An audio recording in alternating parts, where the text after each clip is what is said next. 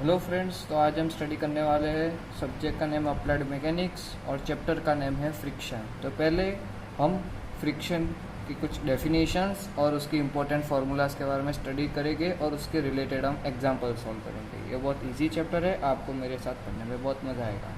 तो पहले हम डेफिनेशंस करेंगे। पहली डेफिनेशन है फ्रिक्शन और फ्रिक्शन फोर्स की। इसकी डेफिनेशन क्या है? When a body slide or tends to slide on a surface on which it is resting, a resisting force opposing the motion is produced at the contact surface. This resisting force is called friction or friction force. यानी कि जब कोई body slide करती है या slide करने वाली होती है कोई सरफेस पे जिसके ऊपर वो रेस्ट कर रही है यानी रखी हुई है, तो वहाँ पर एक फोर्स प्रोड्यूस होता है जो उसके मोशन को अपोज करता है कॉन्टैक्ट सरफेस पे। तो वो रेजिस्टिंग फोर्स जो होता है वो फ्रिक्शन फोर्स कहते हैं, या फिर उसे हम फ्रिक्शन भी कह सकते हैं। जैसे कि ये बॉडी है, ये बॉडी पर हम कोई भी एक्सटर्नल फोर्स लगा रहे हैं या फिर लग रहा है, तो उसके ऊपर जो फ्रिक्शन फोर्स लगेगा एफ, वो उसके ऑपोजिट डायरेक्शन में होगा उसकी कॉन्टैक्ट सरफेस पर। अभी हम दूसरी डेफिनेशन देखते हैं, लिमिटिंग फ्रिक्शन। तो लिमिटिंग फ्रिक्शन की डेफिनेशन क्या है? The maximum friction force that can be developed at the contact surface when body is just on the point of moving is called limiting friction।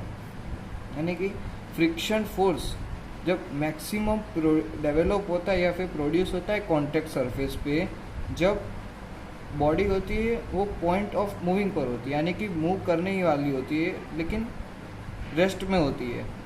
तो वो जो maximum force produce हुआ उसे हम limiting friction कहते हैं। अब फ्रिक्शन के हम कुछ टाइप्स देखते हैं। फ्रिक्शन के दो टाइप्स हैं, स्टैटिक फ्रिक्शन और डायनेमिक फ्रिक्शन। तो हम स्टैटिक फ्रिक्शन की पहले एक डेफिनेशन समझते हैं। तो स्टैटिक फ्रिक्शन की डेफिनेशन है, friction experienced by body when it is at rest is called static friction. यानी कि कोई भी बॉडी जब रेस्ट पोजीशन में होती है, यानी कि कोई मोशन नहीं कर रही होती है, और उसके कारण जो उसको फ्रिक्शन एक्सपीरियंस होता है उसे हम स्टैटिक फ्रिक्शन कहते हैं। डायनेमिक फ्रिक्शन की डेफिनेशन है, friction experienced by body when it is in motion is called dynamic friction. जब बॉडी कोई मोशन यानी कोई मूव कर रही होती है तब उसको जो फ्रिक्शन एक्सपीरियंस होता है उसे हम डायनेमिक फ्रिक्शन कहते हैं। अभी डायनेमिक फ्रिक्शन के दो टाइप्स हैं, स्लाइडिंग फ्रिक्शन और रोलिंग फ्रिक्शन। तो स्लाइडिंग फ्रिक्शन यानी friction experienced by body when it slides over another body is called sliding friction. यानी कि हम किसी एक बॉडी को दूसरी बॉडी के ऊपर स्लाइड करते हैं और उन दोनों की जो कॉन्टैक्ट सरफेस पर जो फ्रिक्शन प्रोड्यूस होता है उसे हम स्लाइडिंग फ्रिक्शन कहते हैं। जैसे कि example, to push the table on floor, हम किसी टेबल को फ्लोर के ऊपर पुश करते हैं। अब रोलिंग फ्रिक्शन की डेफिनेशन है, friction experienced by a body when it rolls over another body is called rolling friction. यानी कि हम किसी बॉडी को दूसरी बॉडी के ऊपर रोल करते हैं और उसके कारण जो फ्रिक्शन प्रोड्यूस होता है उसे हम रोलिंग फ्रिक्शन कहते हैं। For example, to move the drum by rolling, हम किसी ड्रम को रोल करते करते हुए ले जा रहे होते हैं। ओके, तो अगला topic, angle of friction. Angle of friction का सिंबल है फाई, ये आपको याद रखना पड़ेगा। एंगल ऑफ फ्रिक्शन का सिंबल है फाई।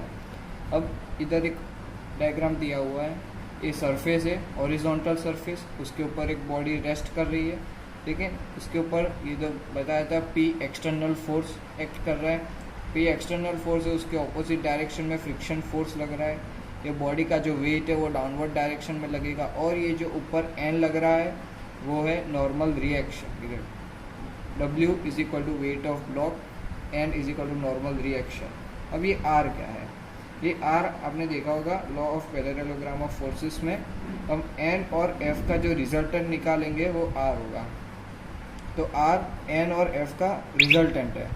अब जो N और जो रिजल्टेंट निकला N और F का, तो N और R के बीच में जो एंगल बना उसे हम कहते हैं फाई, यानी कि angle of friction. The angle of friction की डेफिनेशन दी हुई है, the angle between normal reaction and resultant force R is called angle of friction। अब हम एंगल ऑफ फ्रिक्शन साथ में coefficient of friction, coefficient of friction की formula भी इसी में से आती है। देखो, ये फाई है, ये एन है और ये एफ है।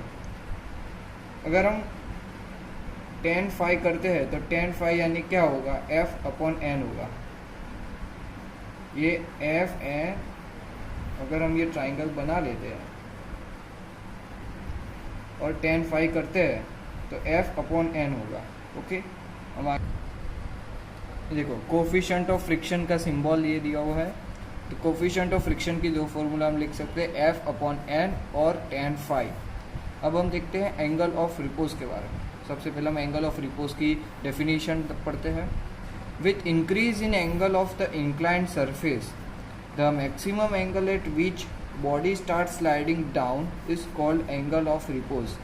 अब with increase in angle of the inclined surface यानी कि वो सरफेस, हॉरिजॉन्टल सरफेस जो इंक्लाइन है, जिसके ऊपर बॉडी रेस्ट कर रही है, उसका जो इंक्लिनेशन एंगल है वो उसके इंक्रीज के साथ साथ वो मैक्सिमम एंगल जब बॉडी नीचे स्लाइड करना स्टार्ट करती है, उस एंगल को हम एंगल ऑफ रिपोज कहते हैं। इधर डायग्राम देखो, ये डायग्राम में ये बॉडी दिखाई गई है। ये बॉडी को स्लाइडिंग, ये डाउन स्लाइड करना स्टार्ट कर रही है, तो उसको जो ऊपर फ्रिक्शन फोर्स लगेगा ऑपोजिट डायरेक्शन में यानी अपवर्ड डायरेक्शन, ये बॉडी के exact upward side normal reaction है। अब उसका जो वेट है वो एग्जैक्ट डाउनवर्ड डायरेक्शन वर्टिकल में ही रहेगा। तभी हम उसको दो पार्ट में डिवाइड करेंगे, एक हॉरिजॉन्टल में और एक वर्टिकल में, सरफेस के पैरेलल, एक और एक सरफेस के परपेंडिकुलर। तो सरफेस के पैरेलल बना वो W sin अल्फा और सरफेस के परपेंडिकुलर बना वो W cos अल्फा। और ये जो सरफेस इंक्लिनेशन करते हैं उस एंगल को हम अल्फा बोलते हैं। इधर देखो वेट के हमने दो कंपोनेंट्स किए, component parallel to the plane यानी W sin अल्फा और component perpendicular to plane W cos alpha. अब हम रिजॉल्व परपेंडिकुलर टू प्लेन और रिजॉल्व पैरेलल टू प्लेन करेंगे। तब इसमें क्या है, इसमें एक सिंपल लॉजिक है, आपको इसको दो पार्ट में, एक हॉरिजॉन्टल में और एक वर्टिकल में। तो पहले हॉरिजॉन्टल में कितने लाइन, हॉरिजॉन्टल में आते हैं प्लेन को देखने का, प्लेन के हॉरिजॉन्टल और वर्टिकल यानी कि प्लेन के पैरेलल। तो पैरेलल में आता है F और W sin अल्फा। तो हम एक राइट डायरेक्शन होती है और एक लेफ़्ट डायरेक्शन में होती है। तो राइट डायरेक्शन में सिर्फ F है और लेफ़्ट डायरेक्शन में है W sin अल्फा। देयरफॉर क्या हुआ, F is equal to W sin alpha. उसी तरह परपेंडिकुलर में दो है, N है और W cos अल्फा, पर वो दोनों एक ऑपोजिट डायरेक्शन में। अपवर्ड डायरेक्शन में सिर्फ N नॉर्मल रिएक्शन है और डाउनवर्ड डायरेक्शन में है W cos अल्फा। तो देयरफॉर इधर हुआ N is equal to W cos alpha. अब आगे एग्जाम्पल में ऐसे दो वैल्यूज़ भी दी होती है, हमको P फाइंड आउट करता है जो हॉरिजॉन्टल डायरेक्शन में होता है, उसका आगे एक एग्जाम्पल होगा, इसलिए आपको उसमें ऐड करनी पड़ेगी। ये आपको एक सिंपल लॉजिक मैंने आपको बताया। अब इसमें हमको N की वैल्यू मिल गई W cos अल्फा और F की वैल्यू मिल गई W sin अल्फा। N यानी नॉर्मल रिएक्शन और F यानी फ्रिक्शनल फोर्स। देयरफॉर हम इधर कोफिशिएंट ऑफ फ्रिक्शन की फॉर्मूला डालते हैं, F/n W sin alpha divide by W cos alpha. ये W कट जाएगा और sin अपॉन cos यानी tan अल्फा हो गया। ये हमको मिली इक्वेशन 1। लेकिन हमको पता है कि कोफिशिएंट ऑफ फ्रिक्शन की फॉर्मूला है tan phi। तो हमको दो इक्वेशन मिली, coefficient of friction is equal to tan alpha और coefficient of friction is equal to tan phi। हमको इस दो इक्वेशन में से पता चला कि tan alpha is equal to tan phi, therefore alpha is equal to phi, therefore angle of repose is equal to angle of friction. अब हम फॉर्मूलाज के रिलेटेड कुछ एग्जांपल्स करते हैं। तो ये एग्जांपल नंबर 1 है, अ पुल of 50 Newton inclined at 30 degree to the horizontal is necessary to move a wooden block on horizontal table. If coefficient of friction is 0.20, find the weight of the wooden block. अब देखो एक wooden block दिया हुआ है, अब उसको 50 Newton का पुल 30 degree angle पर हम लगाते हैं, उसको मूव करने के लिए नेसेसरी बोला गया है। अब इधर कोफिशिएंट ऑफ फ्रिक्शन की वैल्यू दी गई है 0.20 और हमको वुडन का वेट फाइंड आउट करने का। इधर देखो ये डायग्राम में दिया गया है, एक बॉडी दी गई है, 30 डिग्री एंगल पे उसको पुल लग रहा है 50 न्यूटन का। तो अब ये 30 डिग्री एंगल है, तो हम उसको 30 डिग्री एंगल नहीं रख सकते, हम उसको दो पार्ट में डिवाइड करेंगे, एक हॉरिजॉन्टल में एक वर्टिकल में। तो ये हॉरिजॉन्टल में हुआ 50 cos 30 डिग्री, क्योंकि 30 डिग्री इधर टच करता है, और जिस बाजू टच नहीं करता है उधर sin 30 डिग्री, तो इधर हो गया 50 sin 30 डिग्री वर्टिकल कंपोनेंट। इधर ये बॉडी का अपवर्ड डायरेक्शन में नॉर्मल रिएक्शन, उसका वेट लग रहा है डाउनवर्ड डायरेक्शन में, और ऑपोजिट साइड में फ्रिक्शनल फोर्स लग रहा है। इधर हम पहले एक डेटा बनाएंगे जिसमें हमको जो जो दिया गया है क्वेश्चन में given data, external force 50 Newton दिया गया है और कोफिशिएंट ऑफ फ्रिक्शन 0.20 दिया गया है। तब हम उधर करेंगे रिजॉल्व पैरेलल टू प्लेन और रिजॉल्व परपेंडिकुलर टू प्लेन। पहले हम करेंगे resolve parallel to plane.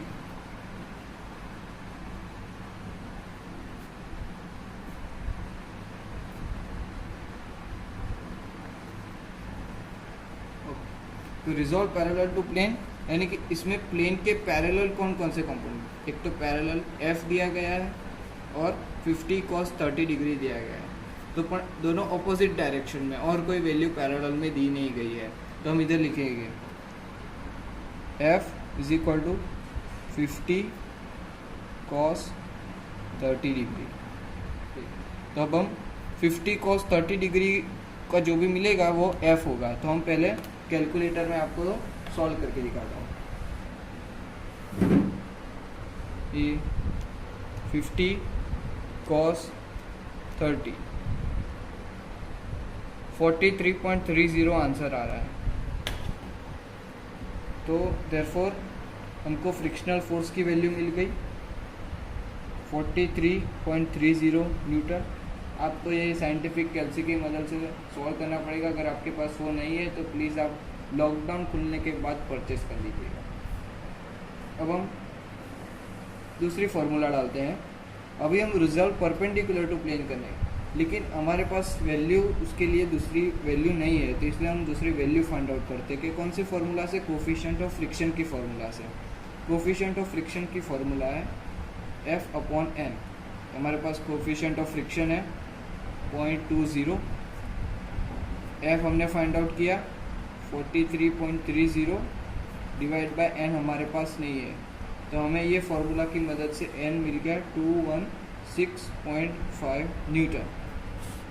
Okay, normal reaction मिला 216.5 न्यूटन, फ्रिक्शनल फोर्स मिला 43.30 न्यूटन। अब हम अगर करते हैं रिजॉल्व परपेंडिकुलर टू प्लेन, यानी अब परपेंडिकुलर प्लेन के परपेंडिकुलर कंपोनेंट्स फाइंड आउट करते हैं। तो प्लेन के परपेंडिकुलर है n, यानी normal reaction, W wait of block जो हमें फाइंड आउट करने का है, और 50 sin 30 डिग्री। तो अपवर्ड डायरेक्शन में दो चीज़ें, एक n है और 50 sin 30 डिग्री, और डाउनवर्ड डायरेक्शन में सिर्फ W है। तो हम इधर लिखेंगे W is equal to n plus 50 sin 30 degree. तो मैं n की वैल्यू हमने फाइंड आउट की 216.5 न्यूटन प्लस 50 sin 30 डिग्री। तो देयरफॉर हमें वेट ऑफ ब्लॉक मिल गया। वेट ऑफ ब्लॉक है 241.5 न्यूटन। हमने wait of block find out कर दिया। अब हम अगला एग्जांपल देखेंगे। अब हम अगला एग्जांपल देखेंगे। अगला एग्जांपल है a block of weight 200 newton. Block का वेट देखा है 200 newton is placed on a rough inclined plane. अब वो रफ इंक्लाइंड प्लेन यानी प्लेन का कोई एंगल है उसके ऊपर रखा गया है। The inclination of plane with horizontal is 30 degree, यानी कि वो प्लेन का हॉरिजॉन्टल सरफेस के साथ इंक्लिनेशन दिया गया है 30 degree. If coefficient of friction is 0.25, coefficient of friction की वैल्यू हमें दे दी गई है 0.25। Calculate the force that is applied parallel to slope of plane to move the block upwards. हमें फाइंड आउट क्या करने का है, फोर्स फाइंड आउट करने का है जो हमें सरफेस यानी हॉरिजॉन्टल जो इंक्लाइंड प्लेन है उसके पैरेलल जो हमें एक्सटर्नल फोर्स लगाना होगा वो ब्लॉक को अपवर्ड साइड मूव करने के लिए, तो हमें वो फोर्स फाइंड आउट करना है।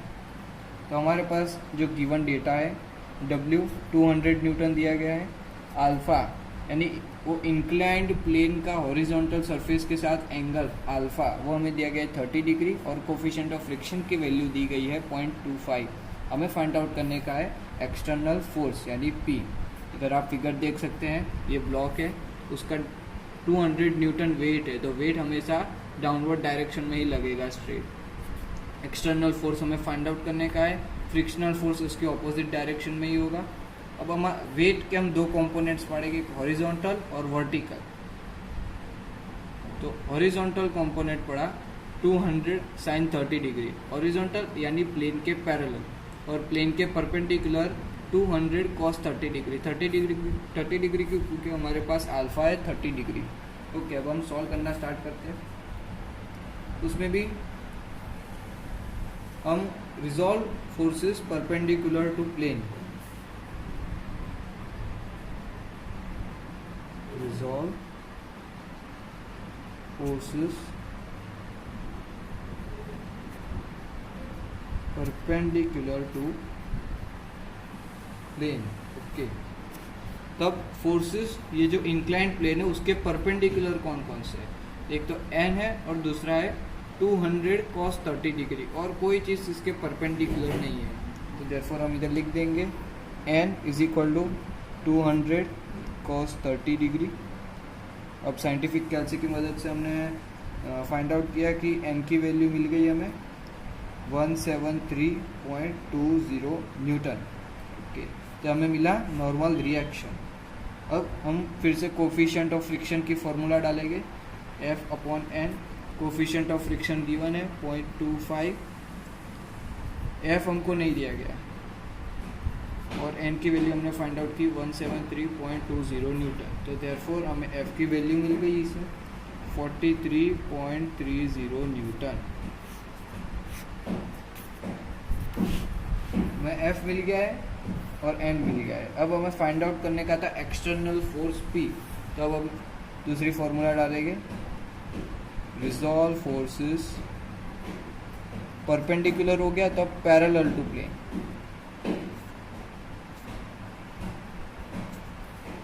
तो उसकी फॉर्मूला, अब पैरेलल फोर्सेस कौन कौन से, फ्रिक्शनल फोर्स पैरेलल दिया गया है, एक्सटर्नल फोर्स और 200 sin 30 डिग्री। तो 200 sin 30 डिग्री लेफ्ट साइड में है, फ्रिक्शनल फोर्स भी लेफ्ट साइड में है, और जो एक्सटर्नल फोर्स हमें फाइंड आउट किया वो अकेला राइट साइड में है। तो देयरफॉर हम ये करेंगे P is equal to F plus 200 sin 30 degree. तो देयरफॉर ये इसमें f की वैल्यू हमने फाइंड आउट की 43.30 न्यूटन प्लस 200 sin 30 डिग्री। साइंटिफिक कैलसी की मदद से हम आसानी से फाइंड आउट कर सकते हैं कि P is equal to 143.30 newton. यानी कि हमें इस वुडन ब्लॉक को अपवर्ड डायरेक्शन 30 डिग्री एंगल के इंक्लाइन प्लेन पर हमें इसे अपवर्ड डायरेक्शन में मूव करने के लिए एक्सटर्नल फोर्स चाहिए 143.30 न्यूटन का। ओके, अब नेक्स्ट एग्जांपल है, एग्जांपल रीड करता हूँ। A body of weight 8 kilo newton is lying on a rough inclined plane at angle of 30 degree with horizontal. यानी बॉडी का वेट दिया गया है 8 किलो न्यूटन, वो कहाँ पर रखी है, rough inclined plane at an angle of 30 degree. यानी हॉरिजॉन्टल सरफेस के साथ वो जो प्लेन इंक्लाइंड है उसका एंगल 30 डिग्री दिया गया है। If the angle of friction is 25 degree, angle of friction हमें दिया है 25 degree, find the minimum effort parallel to the plane required just to support the body. यानी हमें मिनिमम एफर्ट फाइंड आउट करने का है जो हमको ज़रूरत है सिर्फ बॉडी को उसकी जगह पर स्टेबल रखने के लिए, बॉडी को सपोर्ट करने के लिए। तो हम इधर डायग्राम में देखेंगे, ये बॉडी दिया गया है, ये इंक्लाइंड प्लेन है जो हॉरिजॉन्टल सरफेस से 30 डिग्री इंक्लाइंड है। ये बॉडी, उसका वेट हमें 8 किलो न्यूटन दिया गया है जो एग्जैक्ट डाउनवर्ड डायरेक्शन में एक्ट करता है। बॉडी के एग्जैक्ट अपवर्ड डायरेक्शन में नॉर्मल रिएक्शन, एक्सटर्नल फोर्स और फ्रिक्शन भी इसी साइड लगेगा क्योंकि हमें सिर्फ बॉडी को सपोर्ट करना है। तो हमारे पास वेट है, अभी हम वेट के दो कंपोनेंट्स करेंगे जो 8 किलो न्यूटन है और अल्फा हमारे पास है 30 डिग्री। तो 8 cos 30 डिग्री होगा और 8 sin 30 डिग्री होगा, एक प्लेन के परपेंडिकुलर एक और प्लेन के पैरेलल। हमारे पास गिवन डेटा है अल्फा 30 डिग्री और फाई 25 डिग्री, फाई यानी एंगल ऑफ फ्रिक्शन, और डब्ल्यू दिया गया है 8 किलो न्यूटन। गिवन डेटा आ गया। अब हम पहले coefficient of friction find out करेंगे। कैसे? उसकी फॉर्मूला थी एक और, coefficient of friction is equal to tan phi करेंगे यानी कि tan 25 डिग्री, therefore हमें कोफिशिएंट ऑफ फ्रिक्शन मिलेगा 0.466। ये हमें कोफिशिएंट ऑफ फ्रिक्शन की वैल्यू मिल गई। तो टोटल हमारे पास 4 वैल्यूज हैं। अब क्या लिखा गया है? Body will slide down the plane by self weight, यानी वो सेल्फ वेट से इतने एंगल पे अपने आप डाउन स्लाइड करेगी। तो हमें उसके सपोर्ट करने के लिए उतना ही फोर्स हमें चाहिए। Hence friction force will act up the plane only if F is not sufficient to support the body, hence extra force P parallel to plane is required to support the body। अगर friction force sufficient नहीं है तो हमें extra force भी लगाना पड़ेगा हम body को सपोर्ट करने के लिए। तो हम एक्स्ट्रा फोर्स फाइंड आउट करेंगे फ्रिक्शन के अलावा, और कितना एक्स्ट्रा फोर्स हमें लगाना पड़ेगा बॉडी को उसकी प्लेस पर सपोर्ट करने के लिए। तो हम ये फॉर्मूला आगे लगाया था, रिजॉल्व परपेंडिकुलर टू। इस आपको यही फॉर्मूला यूज़ करने के मैं आपको सारे बेसिक एग्जांपल्स सिखा रहा हूँ। आगे एग्जांपल्स इसी फॉर्मूला से आपको सॉल्व करना है। तब परपेंडिकुलर टू प्लेन, ये प्लेन के परपेंडिकुलर देखो, एक एन दिया गया है अपवर्ड डायरेक्शन में, डाउनवर्ड डायरेक्शन में है 8 cos 30 डिग्री, और कोई परपेंडिकुलर नहीं दिया गया है। तो हम इधर लिखेंगे N is equal to 8 cos 30 degree. तो 8 cos 30 डिग्री करते हैं तो हमको नॉर्मल रिएक्शन की वैल्यू मिल जा रही है, कितनी है? 6.93 किलो न्यूटन। ये किलो न्यूटन है, याद रखना, क्योंकि हमको बॉडी का जो वेट है 8 किलो न्यूटन दिया गया है। तो हमको नॉर्मल रिएक्शन की वैल्यू मिल गई। अब हम कोफिशिएंट ऑफ फ्रिक्शन की फॉर्मूला इधर फिर से डालेंगे। Coefficient of friction is equal to F/N। Coefficient of friction की फॉर्मूला हमने फाइंड आउट की 0.466 इज इक्वल टू एफ़ की वैल्यू हमारे पास नहीं है, एफ़ और एम की फाइंड आउट की 6.93। तो हमको एफ़ की वैल्यू मिल गई, फ्रिक्शनल फोर्स की वैल्यू मिली हमको 3.23 किलो न्यूटन। आपको याद रखने का, ये न्यूटन नहीं, ये किलो न्यूटन दिया गया है। इसमें बहुत स्टूडेंट्स भूल कर जाते हैं। तो हमको एफ की वैल्यू यानी फ्रिक्शनल फोर्स की वैल्यू मिल गई, नॉर्मल रिएक्शन की वैल्यू मिल गई। अब रिजॉल्व परपेंडिकुलर टू प्लेन हमने कर दिया। अब रिजॉल्व पैरेलल टू प्लेन करते हैं। अब देखो पैरेलल टू प्लेन, प्लेन के पैरेलल कौन कौन सी वैल्यू है? पी एक्सटर्नल फोर्स और फ्रिक्शनल फोर्स दोनों राइट डायरेक्शन में दिए गए हैं, और लेफ्ट डायरेक्शन में सिर्फ दिया गया है 8 sin 30 डिग्री। तो हम इधर करेंगे पी और एफ एक ही डायरेक्शन में, यानी कि पी प्लस एफ करेंगे is equal to 8 sin 30 degree उसके ऑपोजिट डायरेक्शन में। अभी हम एफ, हमको सिर्फ पी फाइंड आउट करने का है, एफ उस डायरेक्शन में ले जाएगी। 8 sin 30 डिग्री माइनस एफ की वैल्यू हमको दी गई है, हमने फाइंड की 3.23 किलो न्यूटन। तो हमें एक्सटर्नल फोर्स की वैल्यू मिल गई 0.77 किलो न्यूटन। तो हमें 0.77 किलो न्यूटन हमको फोर्स चाहिए ये बॉडी को सपोर्ट करने के लिए, ताकि वो डाउन स्लाइड ना करे। ओके।